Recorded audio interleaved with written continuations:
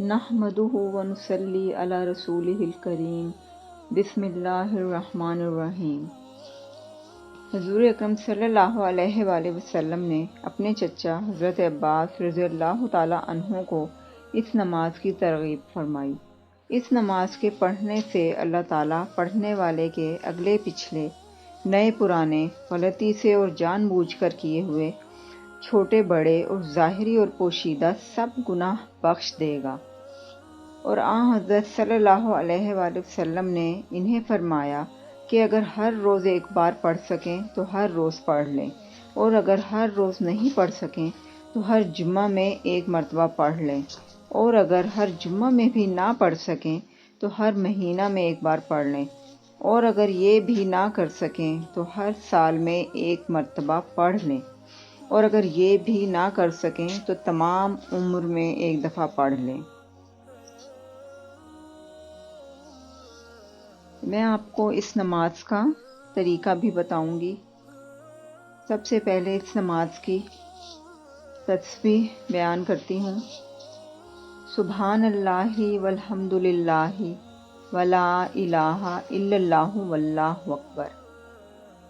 इस नमाज का तरीका ये है कि 4 रकत सलातुत तस्बीह की नीयत से 4 रकत एक सलाम से पढ़ें। सना यानी सुबहानक अल्लाहुम्मा व बिहम्दिका व तबारक अस्मुका व तआला जद्दुका व ला इलाहा गैरुक पढ़ने के बाद औज़ु बिल्लाहि मिनश शैतानिर रजीम और बिस्मिल्लाहिर रहमानिर रहीम से पहले 15 मरतबा ये तस्बीह पढ़ें।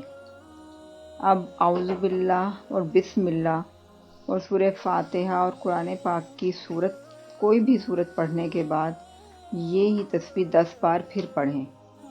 अब तकबीर यानी अल्लाह अकबर कहते हुए रुकू में जाएं। रुकू में सुबहान रब्बियल अज़ीम 3 बार पढ़ने के बाद 10 बार ये तस्बीह पढ़ें। अब रुकू से खड़े होकर समी अल्लाहु लिमन हमीदा रब्बाना लकल हम्द पढ़ने के बाद 10 बार ये तस्बीह पढ़ें। सजदा में सुबहान रब्बियल अला 3 बार पढ़ने के बाद 10 बार ये तस्बीह पढ़ें। सजदा के दरमियान जलसा में 10 बार ये तस्बीह पढ़ें। दूसरे सजदे में भी पहले सजदे की तरह 3 मरतबा सजदे के कलमात पढ़ने के बाद 10 बार ये तस्बीह पढ़ें। पहली रकत में तस्बीह 75 हो गई हैं। दूसरी रकत के क़याम में बिस्मिल्लाह और सूरह फातिहा से पहले ये तस्बीह 15 मरतबा पढ़ें। फिर इसी तरतीब से 4 रकतें और चारों रकतों में 300 बार ये तस्बीह पढ़ी जाएगी। अल्लाह ताला हम सब को इस पर अमल करने की तौफीक अता फरमाए। आमीन।